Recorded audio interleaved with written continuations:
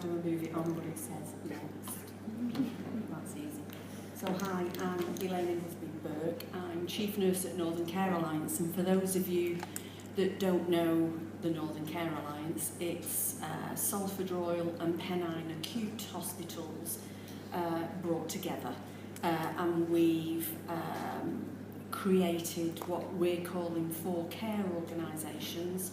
So one is Salford Royal, North Manchester General, Royal Oldham and the Bury and Rochdale hospitals. So sort of 4 organisations under the banner of the Northern Care Alliance.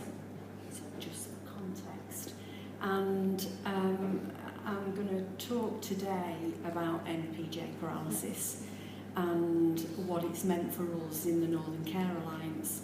And I think to just dispel the myth that it's a gimmick, because I think a lot of people, potentially non-nurses, believe it's a bit of something that nurses and therapists do. And what I'm hoping to be able to demonstrate to you is that it's not only good for our patients and their families, it's great for our staff, and importantly, it contributes to patient flow massively. So I'm going to start with my mum, because actually everything we do is about people, isn't it? Whether it's our patients and their families or each other. And this was my mum a couple of days before we went for Sunday lunch, routine stuff. Had a great afternoon. Mum suffers from Alzheimer's, quite advanced at the time, and so had a great weekend. And on the Monday I got a call at work to say, from the advanced practitioner from the GP, to say that Mum was significantly with a delirium, and that she thought Dad was going to have a heart attack because he was so panicked. My first response was, don't send my mum anywhere, just let me get there. So I got there and she did have a significant delirium. We all piled in, tried to calm her down, high temp. I knew that she had an infection going on, and so I knew we couldn't contain her at home. So the advice was to take her to the emergency assessment room at our local hospital. So I walked Mum in, very confused, a bit hot, but walked her in. They did everything right. They, golden hour, they went straight into the sepsis 6, drips up, antibiotics, into bed, and they said she'll be staying in at least overnight. So I thought she'll have got over the worst of it by tomorrow and we'll manage her at home. When I rang the next morning, they said, oh, she's had a comfortable night, we popped a catheter in. Why? Well, she hadn't passed urine and we think she was retaining urine. I said, no, she goes to the loo twice a day, like Niagara Falls. So she didn't need a catheter. Can you please take it out? Well, we'll see what the consultant thinks. No, just take it out. She's an elderly lady. Why does she need a catheter? And she's continent. So I headed over there, got there mid-afternoon. She was in the same bed, with the same cot sides, with the same bumpers and the same catheter. And so I said, can we get her up? Well, not yet. She's not been assessed by the physio. Why does she need assessing by the physio? Well, to just see what her mobility's like. I walked her in 15 hours ago. I experienced that battle every day. That catheter came out a fortnight later. Seriously. And I did sit down with the consultant and he said it will be out today. So a fortnight later the catheter came out, and then lo and behold, Mum was incontinent. And why not? And they were never going to be able to get her continent again because her Alzheimer's was far too advanced. She never walked again. She never walked again. She was never able to sit up on her own again because her abdominal muscles had also wasted. So she couldn't help herself to sit up. So a fortnight after being in hospital, this is what my mum looked like. And she pretty much didn't look any better until she died 6 weeks later, in that very same bed, with those very same cot sides and those bumpers on the cot sides. And I'm a chief nurse, and I couldn't change that system. And I wasn't difficult. I don't think I was difficult. I may have, but I wasn't difficult. And I'm a registered nurse, my sister's a registered nurse, and my other sister is a healthcare assistant, and we couldn't change the system for our mum. So what hope has anybody else got? And what everybody else has got is me and you to advocate for them appropriately. So I know my mum would have likely have lost her life before Christmas. This was November that she died. But we would have liked her to be with us at home. We'd have liked her in the environment that she recognised, and that wasn't to be. So do I believe my mum was killed? I do. Do I believe she was killed by negligence? Do I believe she was killed by bad people? No, I don't. I believe she was killed by kindness, because the staff felt it was in mum's best interest. And it's interesting to hear you talk about falls. Well, she's at risk of falls, it's safer for her. No, you've caused a bigger problem. I'd rather take the risk that mum has a fall and potentially has a fractured neck or femur, which she'd had previous, than for her to lose her complete independence. And nobody ever had the discussion to say, we're worried about your mum falling, what do you think? Can we please get her up and let's take that risk? Let's manage this risk properly, please. So I know that there are many more people like my mum. And I would have said before this episode, I'd have said, aren't we great as healthcare professionals to be able to navigate our family and friends through the system and advocate for them well? And I used to say to our staff, but who advocates for those that haven't got one of us? And now I know I can't even advocate for my own. We have to change the system. We have to change the system. Don't look up. Don't look for someone like me called the chief nurse. We have to change the system. So Northern Care Alliance, bit of context, already covered it, but 1.2 billion budget and 17,500 staff. Across all the hospitals, 2,000 beds. Are we hitting the A&E target? No. Not on any of the sites. Fairfield, and Bury and Rochdale. Rochdale's an urgent care centre. Fairfield, busy little BGH, are getting there. The other three organisations really struggling with this. So end PJ paralysis for us was about empowering staff and creating a social movement across all our organisations, not just in a ward, not just in one of the hospitals, but right across. So I've just given you some examples there of how we launched the campaign. And we launched this in June 2017. So we were 9 months or so ahead of the national campaign before that launched. So lots of stuff going on. Went across social media, but we used our quality improvement methodology that's been tried and tested in Salford Royal since 2007. And we deployed our quality improvement methodology to the Pennine acute hospitals. How many of you are familiar with the Pennine acute hospitals? So quite a few of you. For those of you that aren't, they were at the time 4 hospitals under the in one trust. 14 miles is the furthest distance from one to another, so covers quite a big geographical area, and they were rated inadequate by the CQC, and Salford Royal were invited to step in and support the organisation. So there were a few things that we standardised and deployed at pace, and our quality improvement methodology was one of those.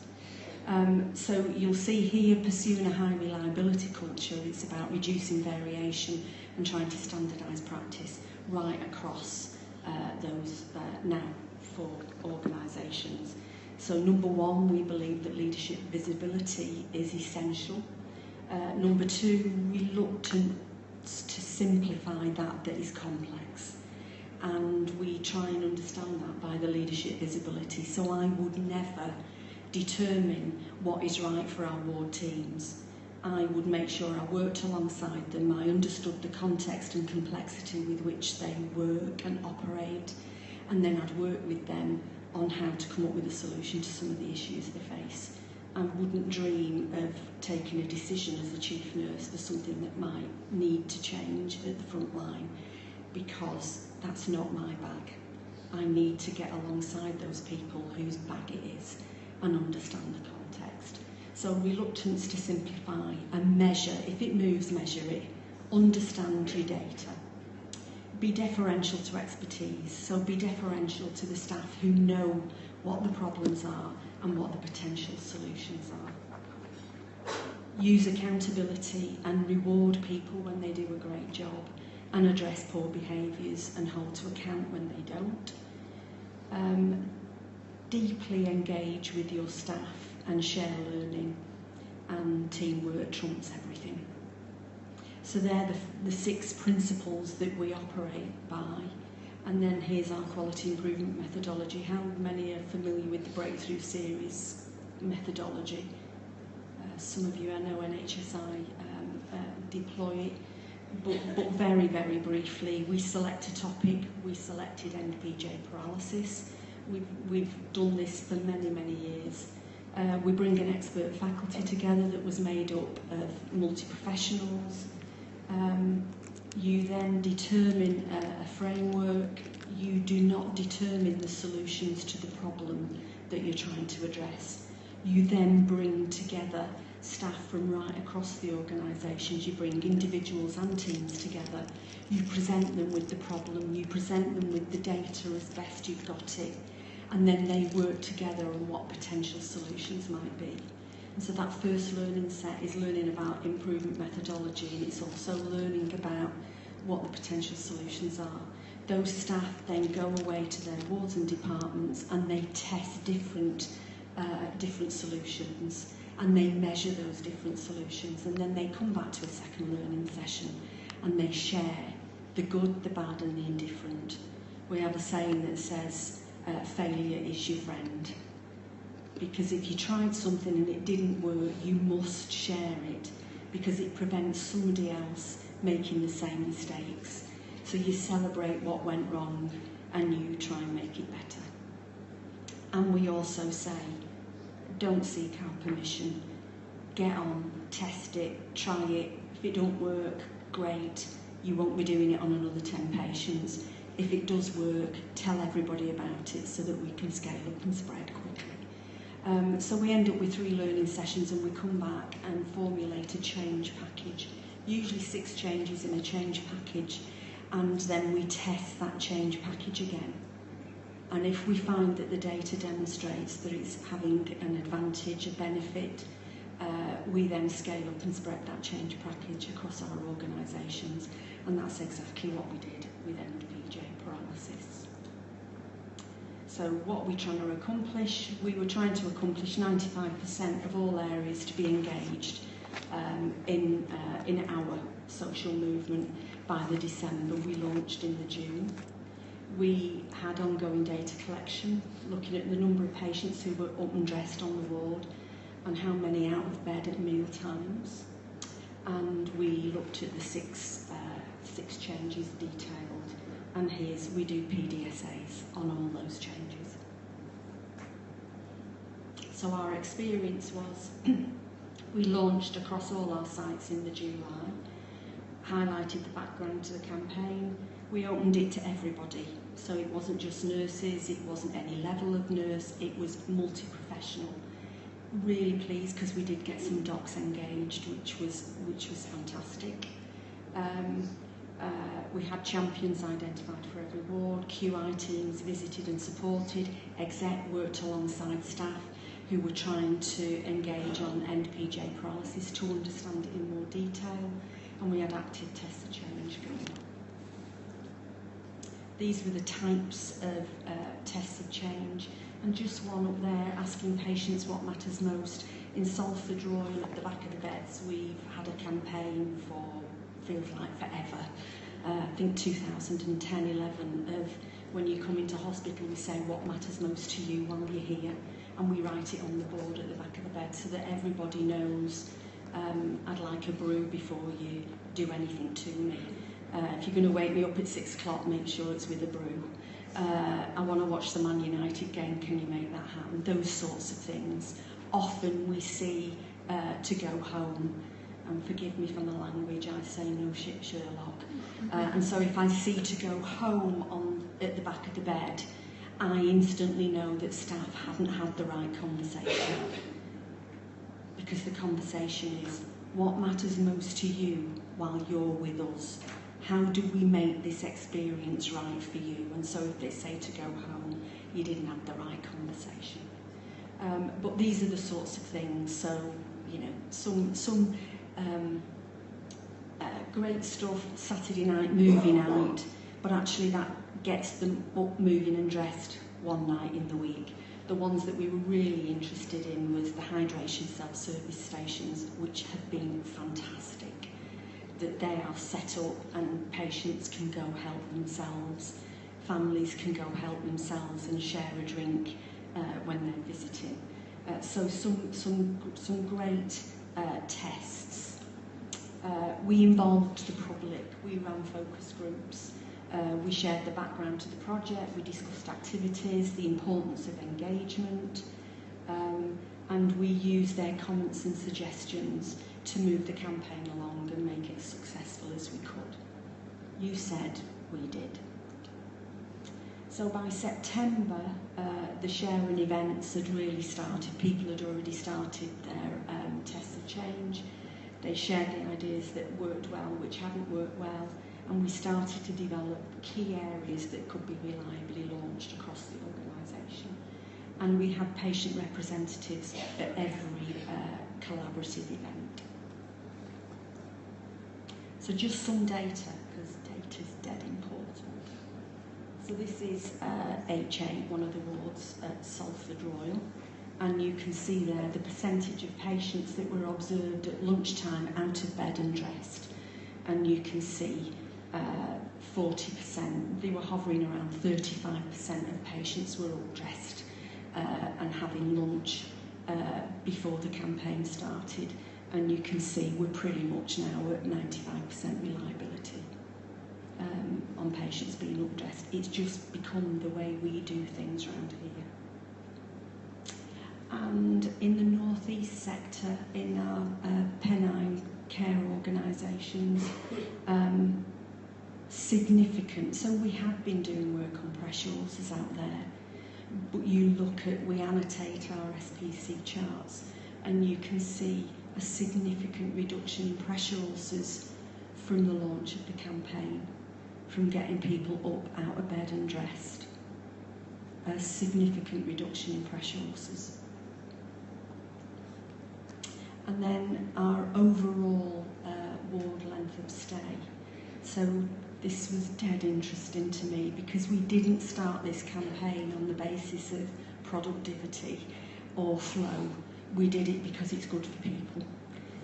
We did it because, as you all know, 10 days of bed rest, they lose 10 years of muscle. We know that they decondition rapidly, particularly the elderly. And I guess for some of us, so I had a fortnight's holiday in the summer, and when I came back and climbed the stairs in the Mayo building at Salford, I knew I hadn't done a lot for a fortnight. and I'm fit, healthy and get out and about. So imagine my mum at 88. She didn't stand a chance, but I didn't know it at the time. So our overall length of stay, here's where we look, so you can see averaging here. And then we launched the campaign and went massive across the organisations, and you can see we have actually sustained. We've seen a system change in the length of stay for patients. We are now working on a different data set, and we will be able to, because of our electronic systems, we'll be able to go back to the launch of the campaign, and we know we'll be able to see, did people, what was the rate of people getting back to their usual place of residence compared to before the campaign. We're hopeful, once we start to pull that data, that we will see more patients getting back to their usual place of residence than going into long-term care. We're also going to do a piece of work on frailty, so mapping end-PJ paralysis with those patients who are identified as elderly and frail at the front door. So our change package, there are 6 changes that have been tested and developed across our sites that can make a difference to our patients. And so these are the things we've been doing with our teams to get that change package together. And here's the change package. We have enabled on all our wards for an area where there can be social meal times for those patients where it's appropriate. And alongside that are the hydration stations. Engaging activities every day, and it really doesn't matter, because what we got from some of our staff was, we're an acute surgical ward, so what? Does that mean that a patient should languish in a bed in a gown because they've had a procedure? Does it not mean that they can get up and dressed? Doesn't that aid recovery following a surgical procedure? This isn't limited to elderly care wards. This is right across the organisation. What matters most to me today is a question that gets asked every day, because for our elderly frail in particular, that might change day by day. So we ask what matters most to you while you're in hospital. We're now asking the question much more frequently on a daily basis. Team awareness of the campaign, public awareness, we've done a pretty good job on that, and introducing the principles into everyday practice. So we've launched the Fit to Sit campaign in all our accident and emergency departments. So the next steps, building momentum from that phase 1, rapidly spreading the tools and resources that are available, supporting teams with enablement opportunities. And when we're into phase 2 now, which is building the principles into everyday practice and continuing to shift that culture.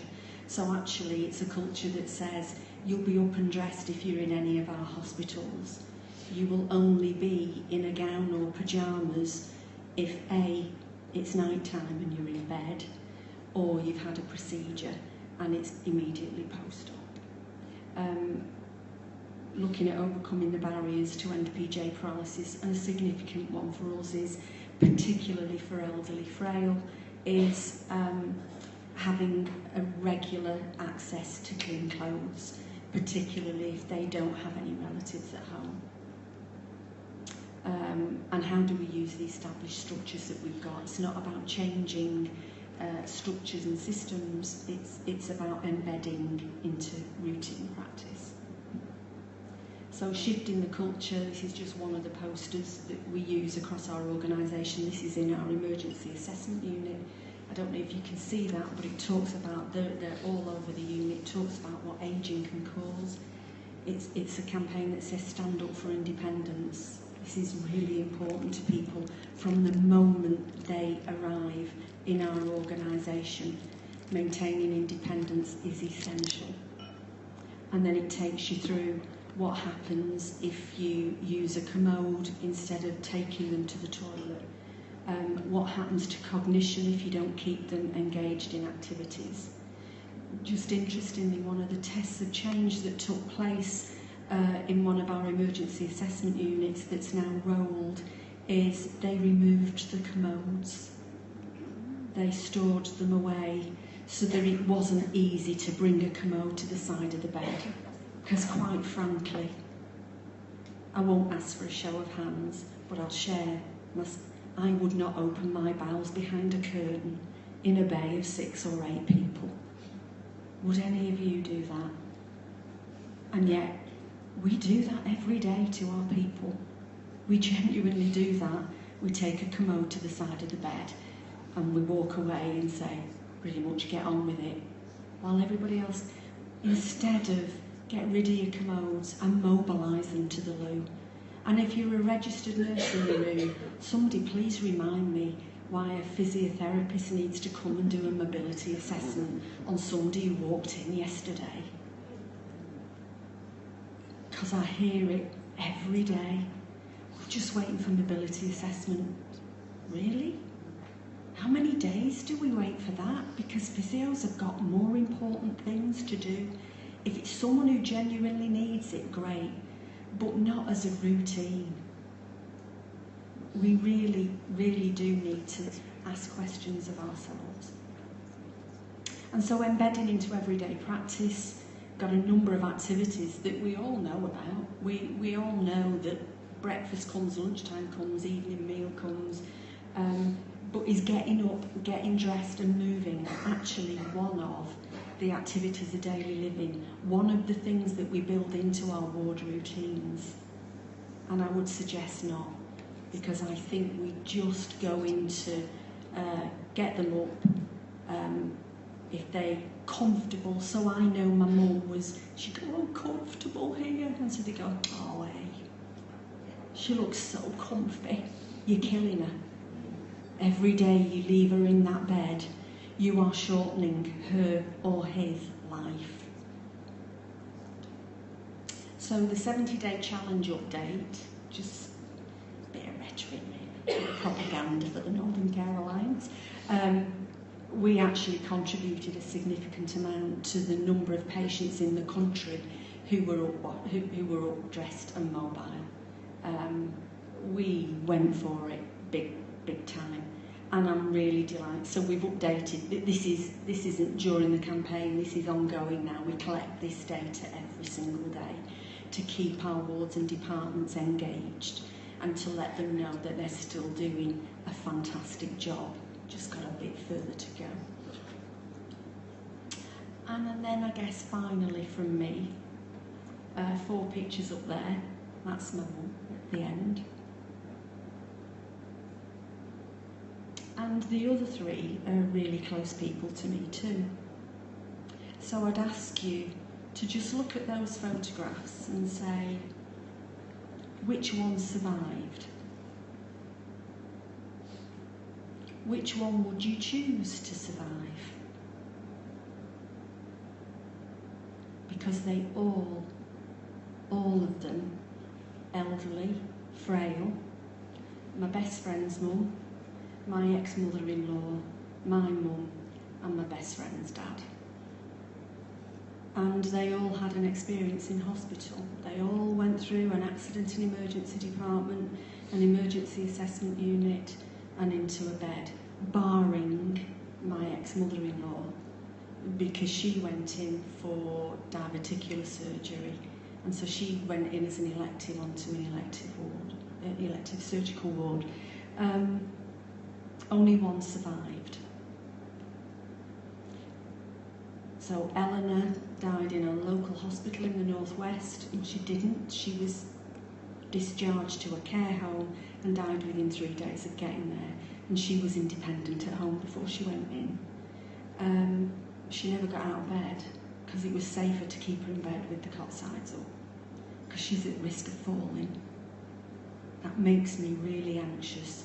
That I do believe our falls campaigns have driven us to keep people in bed. I would never dream of giving a ward a target for how many falls you can have, because what it does is drives them to keep them in bed so that they're a great performer on falls, but they're not a great performer on getting people home and independent. So Eleanor lost her life because she never walked again. She had to go into long-term care and she died within days. My mum, you know about my ex-mother-in-law, who was still very close, very, very close. We nursed her to end of life at home. So we fortunately got her home. She never walked after she came out of hospital, and that was an acute surgical ward. That was an acute surgical ward. And then we've got Derek, who made it out, made it over the wall, and he lives independently in a retirement village about 10 doors up from my dad. And Derek's daughter works for us in Salford Royal. She's a project manager, new into our quality improvement directorate. She'd been in the directorate 3 months when we launched the campaign, and then Derek was admitted to hospital about 4 months after we launched the campaign. And he'd had a bit of a fall, a bit of a stumble. He hadn't fallen, but he'd cut his head, and the retirement village called an ambulance, and we all know what happens then. So she gets trundled off to the A&E department and gets admitted. And when Laura went in to see him the next day, he was in bed with cot sides and bumpers. That was the same ward that my mum had been on 3 years before. So the cot sides and the bumpers are still happening in your organisations. And I bet if you walked round and asked why those cot sides and bumpers are up, they'd probably say she's at risk of falls. And then I'd ask you, can I please see the falls risk assessment, and can we find another way of doing this? So Laura, as a young woman, never worked in the health service until 3 months before, went up and said, why is my granddad in bed with cot sides and bumpers? Because he's at risk of falls. And she said he's not, and he's fully independent, and I'd like him home today. And they said, we'll have to wait for the doctors tomorrow, because that was a Sunday. So she sought out somebody more senior, and they gave her the same message. So she then sought out whoever was over the unit on a Sunday afternoon and said, I want you to come down and see my granddad, and I want him out of bed and I want him home. She saved his life. And that must sound dramatic to you guys, but if you've ever lost somebody like this, you will realise what I mean by that. So the End PJ Paralysis campaign is not a gimmick. It saves lives. It improves the experience of patients. It gets them home to their usual place of residence. It is also more productive. It also improves patient flow. It means you'll be using your beds more appropriately for those that need significant nursing and medical intervention, not creating dependence on us. It's so, so important, and it's not a gimmick. And so for those of you who haven't embarked on this campaign, you don't even have to call it a campaign. I would challenge each and every one of you, if you are working in acute hospital services or intermediate care, to go back to your ward and department or walk your wards and departments and ask, why are they in bed? Because I can't think of a reason why anybody needs to be in bed. So I would ask you to do that on your first day back after this conference. And I'm happy to take questions. Thank you.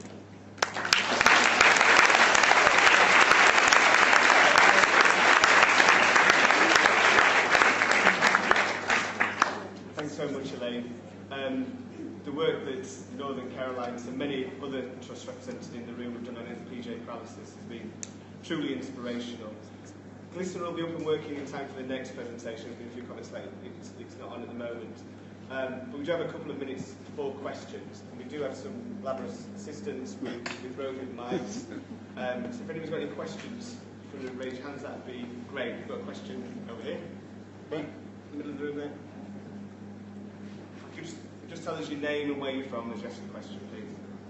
Thanks very much. My name's John Scott. I'm currently at University Hospitals North Midlands. I thought that was a really powerful presentation. Thank you very much for that. One of the questions I've got, it's quite a practical one. You mentioned about the clean clothes. Do you launder the clothes? Do you supply the clothes? Do you expect the patients to come in with a suitcase full of clothes? How do you manage that over a longer period than a couple of days? Absolutely. So we're exploring at the moment whether we can launder the clothes. So we, as you probably all of you do, use subcontract. Some of our wards where we've got longer stay patients, they've purchased washing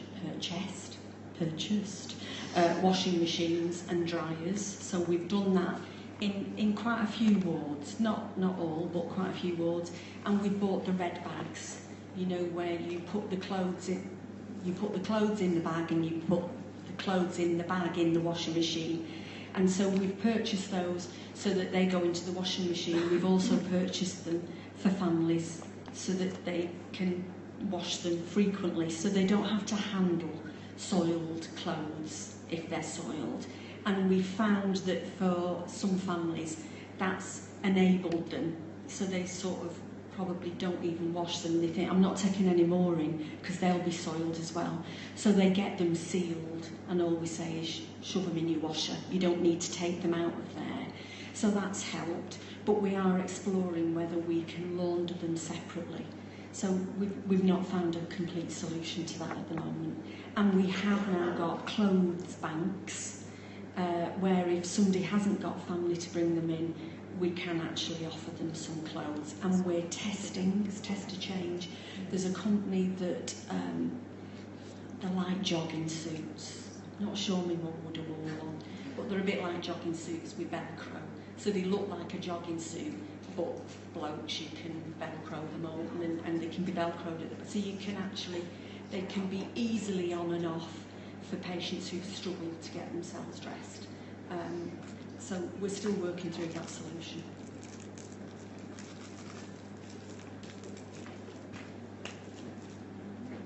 Any more questions? I'll ask one then. Over to you.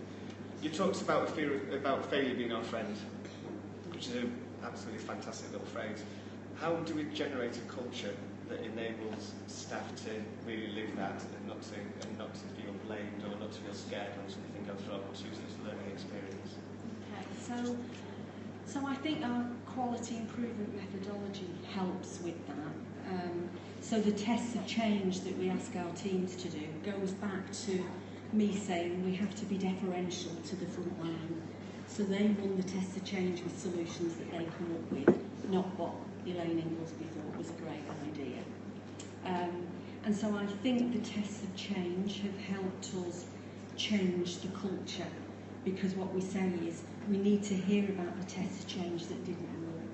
We need to know what you tried and failed, and we tell them to test stuff on one patient, two patients. If it works on them, do it on 5. If it works on them, do it on 10. If it works on 10, do it on the whole ward.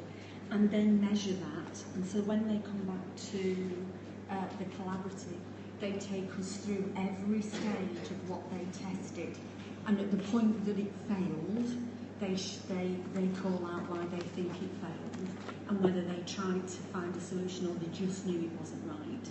And that gets celebrated. So we actually talk about the stuff that didn't work so that other people don't go and make the same mistake. I've got no evidence of this, and coming from a quality improving organisation, I should have evidence. So if there's any quality improvement geeks in the room, forgive me. I'm going to use my intuition, which is, I think our Datix reporting system, our incident reporting system, was something like second best in the country on the number of reports, so massive, which correlates with a good reporting culture, a culture that says, I'm going to call it out, and they're not anonymised, I'm going to call it out, it's not right. And we get a lot of people reporting, not other people, but reporting themselves. particularly near misses. We've seen a significant shift in people going, oh my God, I nearly, I better call it out. So I think the quality improvement methodology helps with that. So let's say thank you again to Elaine for her presentation.